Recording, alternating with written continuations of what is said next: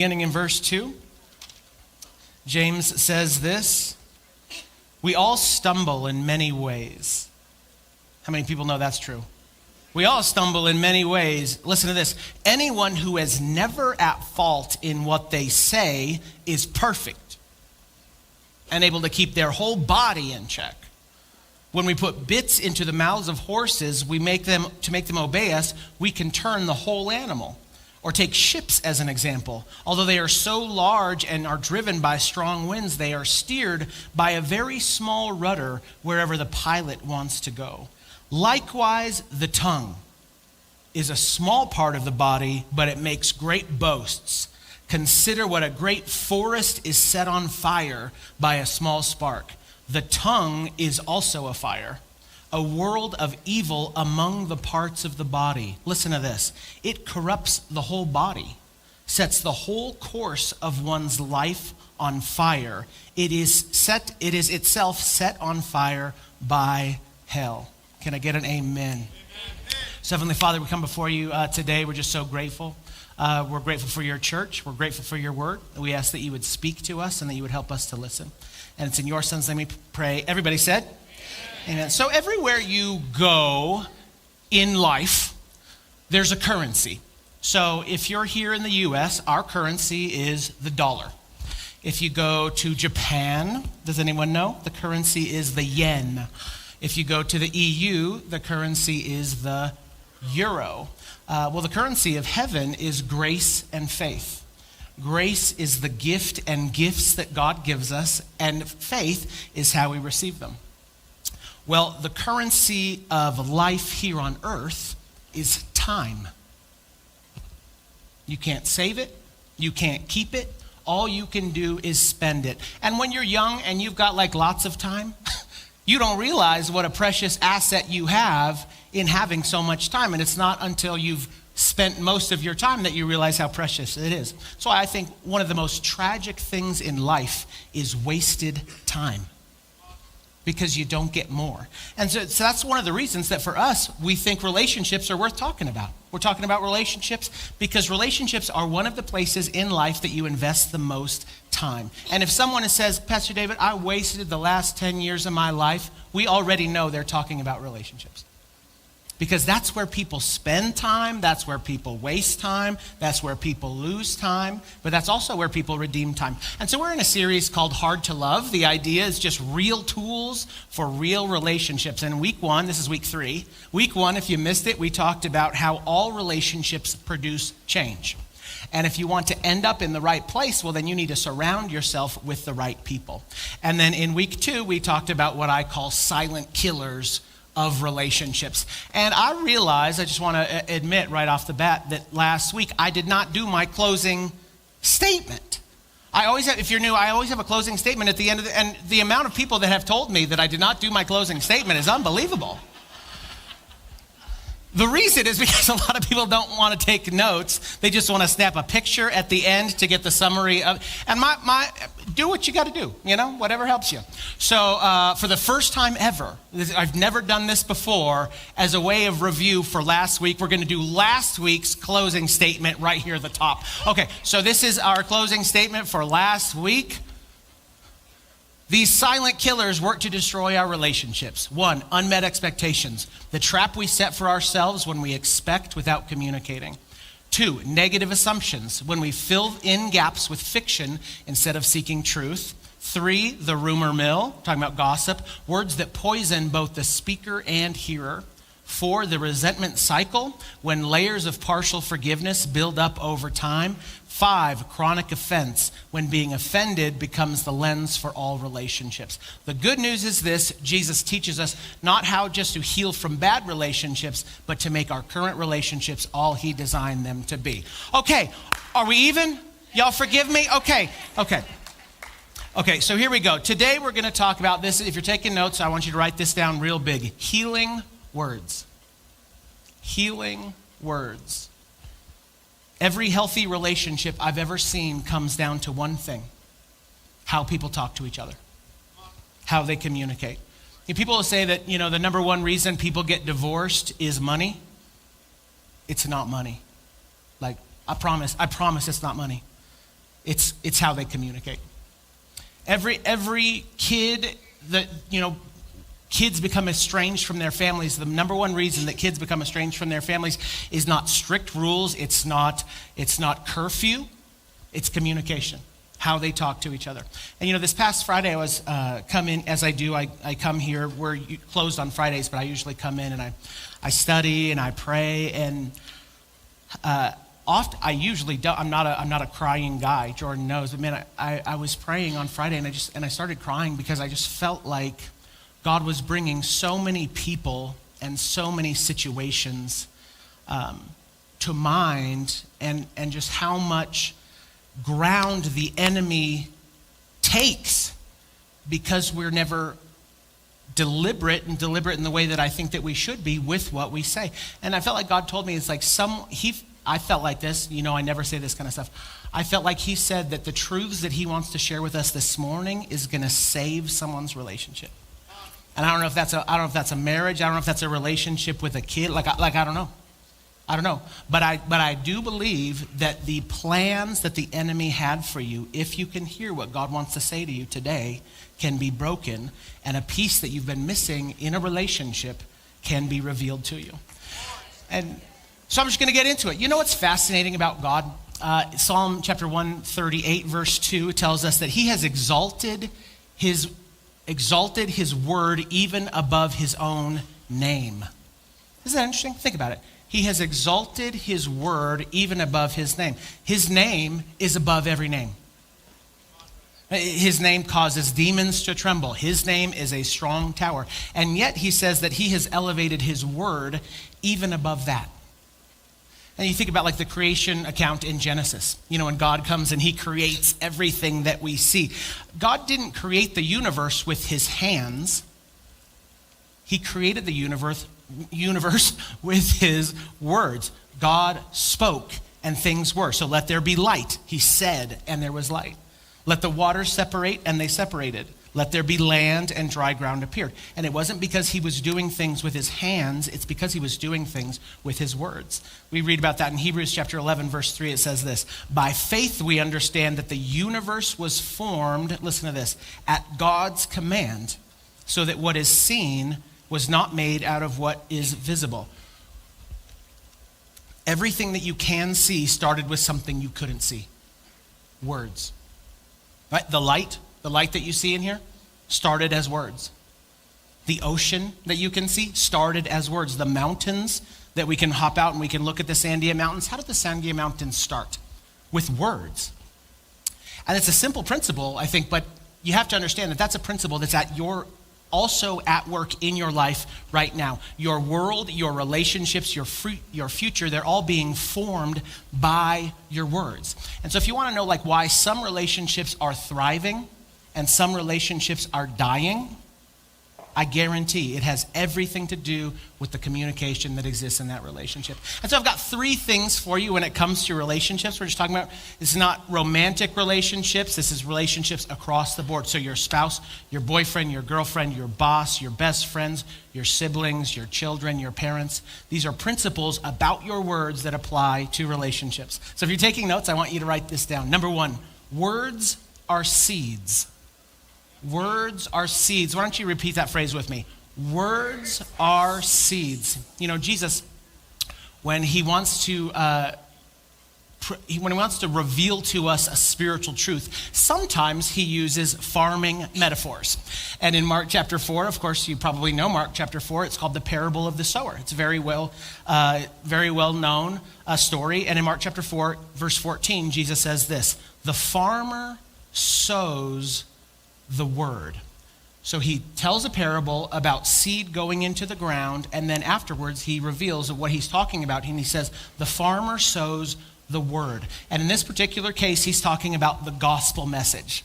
He's talking about the gospel message that would go to different people's hearts. But the principle applies to all words, and the principle is this: the words you say produce things in your life. The words you say produce things in your life. Proverbs chapter 18, verse 21 says this: the tongue has the power of life and death, and those who love it, listen to this, will eat its fruit. so the tongue has fruit. Right? And so what's the metaphor there? It's that you say things, and those are seeds that go into the ground and they produce things in your life. Matthew chapter 13, verse 32, Jesus says this, though it is the smallest of all seeds, yet when it grows, it is the largest of garden plants and becomes a tree. And I want you to know this. Husbands, listen to me. Wives, listen to me. Kids, parents, friends, listen to me. Your words might seem small and insignificant. But man, like a small word of encouragement to your spouse, like a quick prayer with your child, a moment of honest communication with a friend, like don't let the smallness of those things trick you.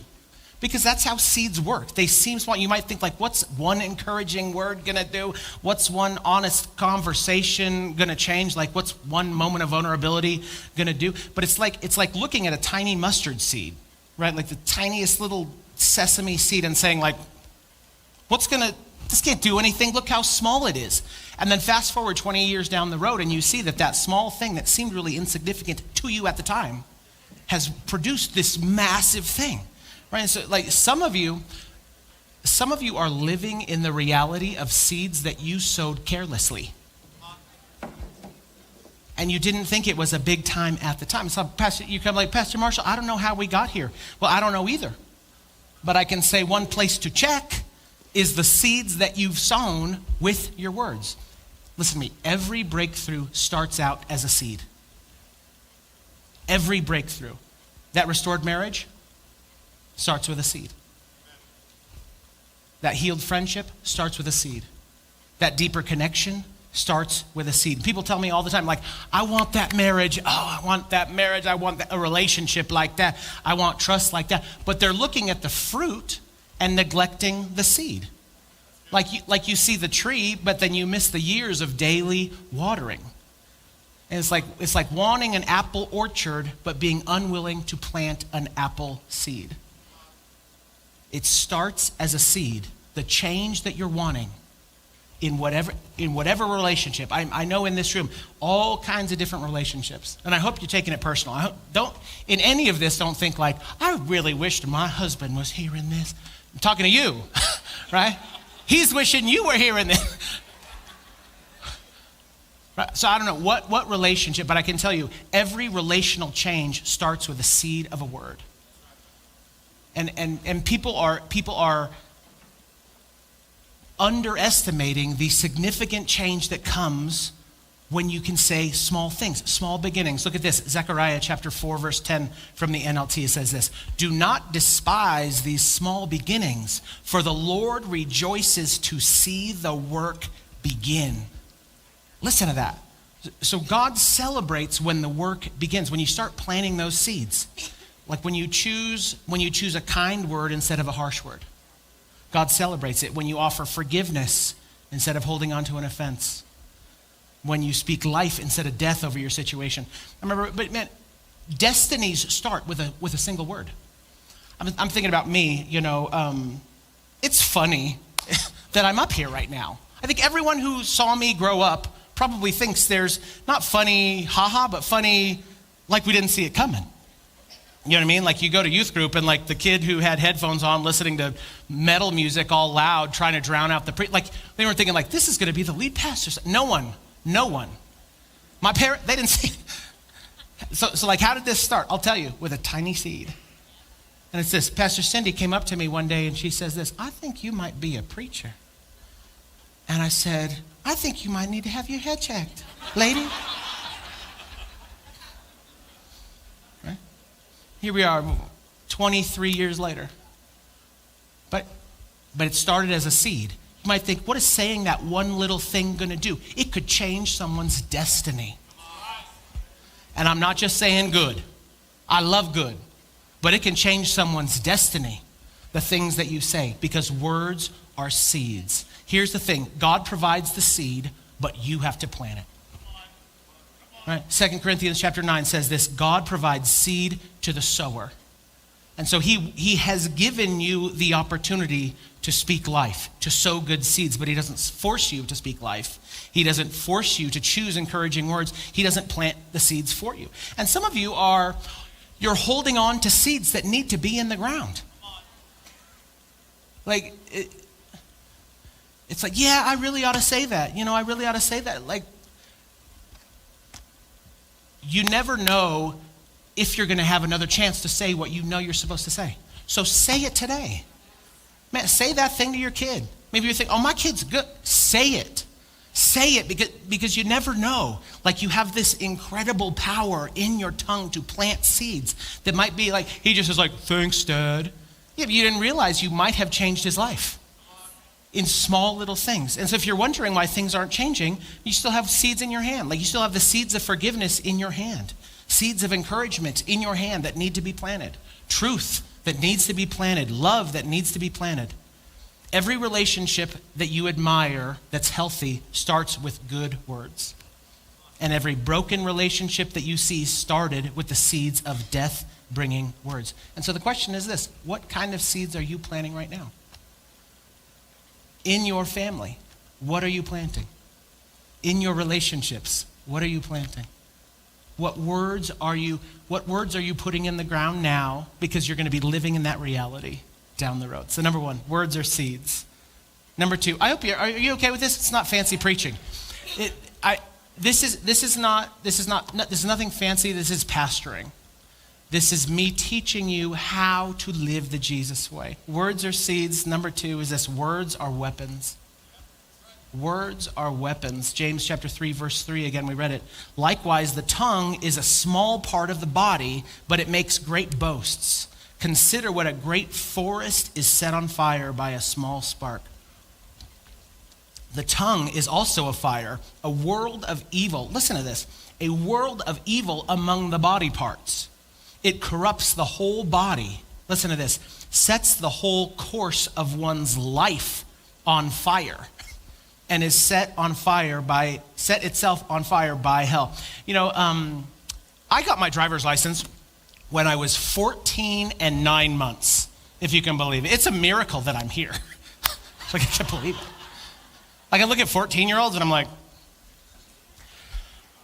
part of what they do in driver's ed, like, they teach you how to use your turn signal, they teach you which one's the brake, and they teach you which one's the gas and all of that. But also what they're trying to do is they're trying to get you to take seriously the reality that they're like putting you in a 2,000-pound weapon that could kill you and lots of other people. Right? And so they show the red asphalt. I don't know if anyone remembers Red Asphalt. It's just like this movie that's just like gory, showing you all of these accents, because it's trying to say, like, what you're doing here is powerful, and the tool that we're going to give you, which is the vehicle, is power. And if you don't, and you can't have this if you don't understand the power of this. And so if you just think this is not a big deal, and James, I think, is kind of trying to do the same thing. That, like, you have this, like, this thing sliding around in your mouth right now, and James is just trying to say, like, that thing can kill you. And that thing can kill other people. And he uses 3 metaphors. He talks about a bit in a horse's mouth directing its whole body, a rudder on a ship that determines where it goes, and then a spark that sets a forest fire. I want you to think about that last one. Think about, like, it's like a tiny spark that sets a whole forest on fire. It's something tiny, and it can destroy something really big. And he's talking about what tremendous damage we can cause with our words. It's like, my whole family has been ripped apart. How does that happen? Well, I can tell you how it starts: with a spark. My family's on fire. How does that start? Well, I can tell you how it starts: with a spark. And something that I've personally learned, I don't know if you've experienced this too, physical wounds heal faster than word wounds. Right? Like, I'd go up and break Jensen's arm. I don't know why I would, but if I go, like, put a cast on it, 6 to 8 weeks, he'll be fine. But man, there's people in this room that were wounded 20 years ago. And they still carry that pain everywhere they go. Remember, I guess maybe a year or two ago, I was counseling with this guy. Has a great wife. He's got 2 kids, I think 2 boys. But he was talking to me, and he said, when I was a teenager, my dad told me, "You'll make a terrible father." It was like 20 years ago. And he said, "I think about that every day." And here's the thing, like, he was a great father. He's a great dad. But man, he's still living with that, still fighting with that every day. That's how powerful words are. Ephesians chapter 4, verse 29 says this, "Do not let any unwholesome talk come out of your mouths, but only what is helpful for building others up according to their needs, that it may benefit those who listen." And some of you are carrying word wounds from a parent who spoke death over you. Still, right? Some of you, a spouse who belittled you, a friend who betrayed your trust, a teacher who discouraged you, a coach who shamed you. And so it's just understanding this, it might be a bummer, but I'm just hoping to encourage you and tell you that like this thing that you have in your mouth has the power to do incredible damage. And it's not just about the right words, it's also about how you use it, right? So like if you think about going to war, you get access to these very powerful weapons.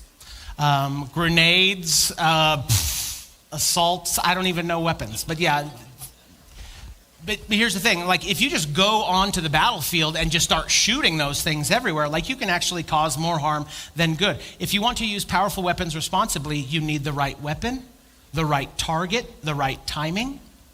And in the same way with our words, we need, and I don't have time to get into any of this, the right tone. How you say things, you need the right timing. When you say things, you need the right tactic, the way you say it. Because sometimes the issue is not with what you say, it's how you say it. You can be technically right, but relationally wrong. That's just like, well, that's just the truth. Well, it's cool. I mean, you can say something that's true and still be wrong. You know that, right? Right? Look at this, Colossians chapter 4, verse 6. "Let your conversations be always full of grace, seasoned with salt." What is that? That means appealing, right? Like not off-putting. Seasoned with salt so that you may know how to answer everyone. And so we speak the truth as Christians, right? But in love. We speak the truth in love. And so just speaking truth doesn't mean you're right. It's about speaking the truth in love. Speaking the truth in love. Okay, number 1, words are seeds. Number 2, words are weapons. Number 3, this is my last one, words are medicine. So words can wound, but they can also heal. They can tear down, but they can also build up. And again, just this verse, Proverbs 18, verse 21 says this, "The tongue has the power of life and death, and those who love it will eat its fruit." And I think usually like when we read this verse, we read it as like a cautionary tale, right? Like, words can kill, and that's very true. You can kill people with your words, and that's true. But did you notice there's another side of the coin too? It's not just death, it's life and death. And so that means that your words have the power to kill, but your words also have the power to heal. And like, oh my gosh, that's huge to me. Right, that I can go around being a healer, not just of wounds that I create, but of wounds that other people create. My words can heal. Proverbs chapter 16, verse 24. "Gracious words are like honeycomb, sweet to the soul," listen to this, "and healing to the bones." Gracious words, healing to the bones. Did you know that you can heal with your words? And so did you know that you can heal wounds that were created by the devil? Right? And so like you can be someone who's fighting the devil by using your words well, by speaking. And so it's like, man, when I go out and I'm saying, man, I believe in you. It's amazing. Like I'm doing spiritual warfare. You might not have thought of it like that, but it's like I'm fighting against the forces of darkness by using my words to heal. And so you might be thinking like, well, I need practical examples because I'm not good with talking. Okay, I've got 3 practical examples on healing words that I think every relationship, you need to have all 3 of these. And you certainly need to be capable of saying all 3. Number 1, healing words. Are you ready? I love you. I love you. It's not just about saying the words. It's about consistently communicating value to the other person. Right? In John chapter 1, or 1 John, we read about, John says 3 of the most radical words in the history of the world, and it's this: God is love. He says it twice. God is love in 1 John. So love is who God is. It's who God has always been, and it's who he always will be. And so love isn't just how God relates to us. God was love before we even existed. And so it's not something that he does, even though it is something that he does. It's not just something that he does, it's who he is.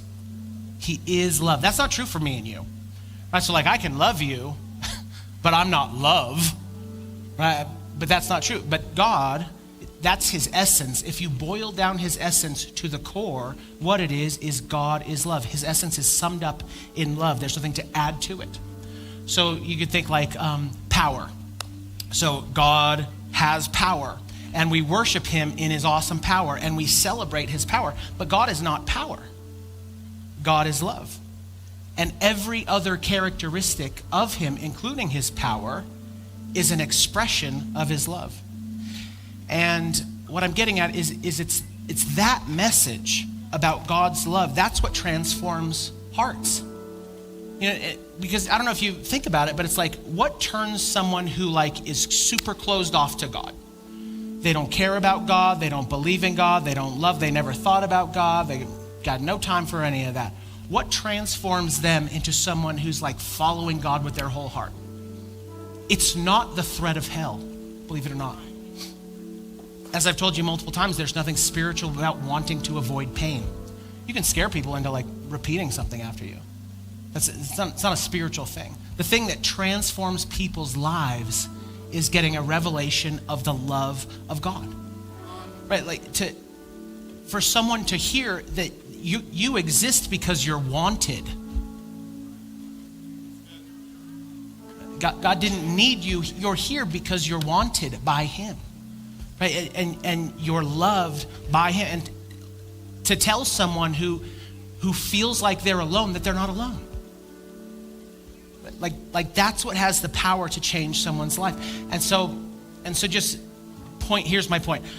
I love you is something that we all need to believe, and I love you is something that we all need to hear. And so if you're like, man, I told him I love him 10 years ago, and if it changes all to blah, blah, blah. Look, you're withholding something that every person needs. Right? And if you want to be someone who represents God on the earth, you know, it says that we're ambassadors of God here on the planet. If you want to be an ambassador of God and you're incapable of saying I love you to the people that you love, you're a terrible representative. Because that is the transformative message of the gospel. That you're loved, that you're wanted, that God pursues you. And so you have to be able to say, I love you. And man, that's why I make it awkward because I say I love you too quick. You know, like I was playing volleyball, a new team, a couple weeks, and then, hey, see ya, and I was like, yeah, I love you. And the guy was like, sorry, I just say it everywhere I go. I'm just always saying I love you. I love you. I love you. I love you. Like every time I leave the house, I love you. I love you. I love you. I love you. Because there's just something in that I believe is healing to people. I love you. Learn to say it. Number 2 is this. I'm sorry. These might be probably the 2 hardest words to say in the human language. But without these 2 words, I'm sorry, most relationships will struggle. Saying you're sorry is not just about resolving tension. It's about healing the relationship. When we apologize, we're not just trying to end an argument, we're taking responsibility. See, a lot of people, they'll just say, I'm sorry, because they just don't want to talk about it. I'm sorry. Sorry, dear. Sorry. You know what I mean? It's like, they're just trying to end the argument. But for me, one thing that has helped me is to understand that, like, when I'm saying I'm sorry, it's not just about resolving some tension, it's about valuing the relationship and taking the responsibility for when I do something that can get in the way of that. Sometimes the hardest part isn't saying I'm sorry, it's saying it without adding excuses to the end. I'm sorry, but work has been crazy. I'm sorry, but you never listen. I'm sorry, but I'm stressed. A few months ago here at the church, some team members, they were working on this big project. And they needed my approval. They needed a number of things from me, and I messed up the timeline. I got overwhelmed. I was careless with my calendar, and I kind of mixed them. And so they had made all these decisions. They started moving forward because I had said, and they had volunteers. And so I told them, I was like, we're not gonna be able to do it. So they had to cancel with volunteers. They had to do all this kind of stuff because I didn't. And they were mad. Like, they were mad at me. And so, man, as soon as I could, I got them in a room and I said, look, I'm sorry. Like, I'm still learning and I'm still growing. And I dropped the ball on this one, and that's frustrating to you and not fair to you, and I'm sorry, and I'm asking you to forgive me. Now look, I'm the boss, right? So what could I have said? A whole bunch of stuff. I could have said, you do projects when I tell you to do projects. I said, oh, so I'm the only one who drops balls around here? Like, I'm the only one who messes up time? No, it's about owning your part. And like how they respond to your apology is between them and God. And I just feel it, man. Some of you struggle with relationships because you haven't said sorry for anything in 42 years. It's like relationships just start to grow cold. Men, listen to me. It takes a secure man to say, I'm sorry. It takes a secure man. Not, I'm sorry, but I'm sorry. I'm sorry. I'm sorry for the part that I played. And I could say, but you were mean too, blah, blah, blah. No. I'm owning my part, and I'm valuing this relationship. And an apology is worth more than 25 excuses. An apology is worth more than 25 excuses. I love you. I'm sorry. Lastly, number 3, and I'm done. I'm proud of you. Hearing I'm proud of you from someone you respect can be words that stay with you forever. Remember a few months ago, I was at Walmart of all places, and I was shopping, and I heard from behind me, Pastor David. And I'm thinking, oh, here we go. Okay. Some grievance. This guy runs up to me. He's like, how you doing, man? I was like, great. I have no idea who this guy is. So he's like, wow, it's great to see you. I was like, yeah, how's the family? And my gosh. He's like, good. I'm like, cool. He said, you have no idea who I am. I was like, no, I'm sorry. I've got no idea. Never seen you before in my life. And he said, well, probably like 15 years ago, I went to YX. That was the youth group. I used to be the youth pastor. I went to your youth group. And I said, oh my gosh, that's incredible. And he said, yeah, you changed my life.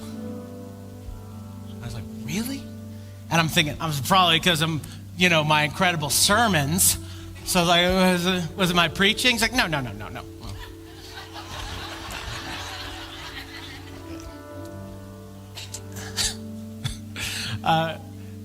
He said, I played bass for a short time in youth group. And I was like, and then I started to recognize, I was like, oh, okay, yeah, I think I remember you. He said, it was my first time ever playing bass. He said, and I got off stage and you pulled me aside and you said, hey, you did a great job and I see big things in your future. He says, that changed my life. He says, because my parents didn't talk to me like that. And he says, now he says, I'm a worship leader in a church in Texas. And I thought, oh my God, that's incredible. He says, yeah, I'm just here visiting family. He says, I'm doing amazing. And I was like, well, it's God, thank you. He said, no, thank you. I was like, okay. I still didn't get his name in that whole thing. I still don't even know. I know I don't know even who I'm talking about. It's just this guy. I could pick him from a lineup. Man, just telling someone you believe in them can make all the difference. We live in a world that is so discouraging in 1,000 different ways. People are like out there, they're trying to do cool things. They're trying to build things. They're trying hard, and it's like, okay, I put out a song. It's like people show me their music and I hate it all. It's all terrible to me. But man, it's like people are out there and they're trying stuff. I don't know how to listen to cool music anymore, but I'm like, that's incredible. It's so amazing, man. I'm so proud of you. Because every opportunity I get to speak blessing, I just want to do it. You know, so like business owners, man, at any time, I'm just like, man, it's so amazing, such an inspiration. People who have been married for a long time, I say, man, I'm so inspired by you. It's such an inspiration that you guys would be married for as long and still loving each other. Thank you for putting that example. You know, teachers, thank you for putting, like everywhere I go, I'm just having the opportunity to say, I'm proud of you. And I don't always say, I'm proud of you, but it's just something to where just I'm affirming that they're making a contribution that matters. Saying that you believe in someone, that you're proud of them, that they're capable, they're competent, they're gifted. It just has the power to change someone's life. And like, of course, if you have kids, like you need to be saying that kind of stuff to your kids. You know, John Eldredge, I always joke that like most authors have 3 good ideas and write 12 books about them. But his big idea, and it was life-changing for me, is one of them is that every boy is asking their father, am I strong? And every girl is asking her parents, am I beautiful? So lame, sorry. It's like, man, you just have the ability to speak into that.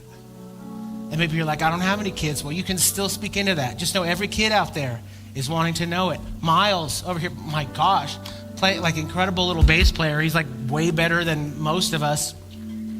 You can clap for him. I don't know if he's in here. He probably went to children's church. But man, you have the ability to speak into people's lives, to bring medicine, like where the enemy came in and destroyed something, right? That you can speak in, and it's not just parents and children. Like when you tell your spouse, like, I'm proud of the parent that you are. When you tell your friend, I'm proud of how you handled that situation. When you tell your kid, like, I'm proud of how hard you're working at school. You're not just speaking about what they did, you're speaking about who they are. And it's not just about saying the words, I'm proud of you. It's choosing to use your words in a way that affirms people's value and identity. So do it. And you might be thinking, I'm not really much with You're going to have to get over that. You're going to have to use this amazing gift, this thing that Scripture says it's been set on fire by hell itself. It's just trying to make this incredible imagery on how powerful it is. But it can bring incredible destruction, but it can bring healing too. And so you have the ability. And let me just say it like this, maybe my last slide. Unexpressed support is not support. It's like, I've always supported my son. Oh, really? How? But just feeling it in your heart. No, like say it. If you believe in someone, say it. If there's something, and some of you are like emotionally constipated, and so it's like you struggle to say things like, I love you, I'm sorry, I'm proud of you, but you're gonna have to get over that, because God has given you the power of life and death in your tongue, and like all gifts, listen to me, you'll give an account for how you used it.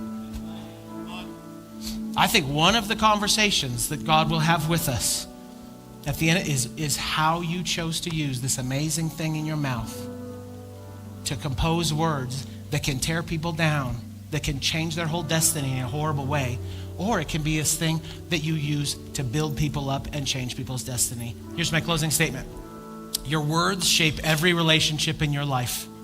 Words are seeds. The phones pop up. See, it's so good. Words are seeds. When you consistently speak, what you consistently speak will grow and multiply in your relationships, producing either life or death. Words are weapons. Just like a small spark can ignite a forest fire, your words can impact entire families and futures. Lastly, words are medicine. Simple phrases like, I love you, I'm sorry, and I'm proud of you can heal wounds and restore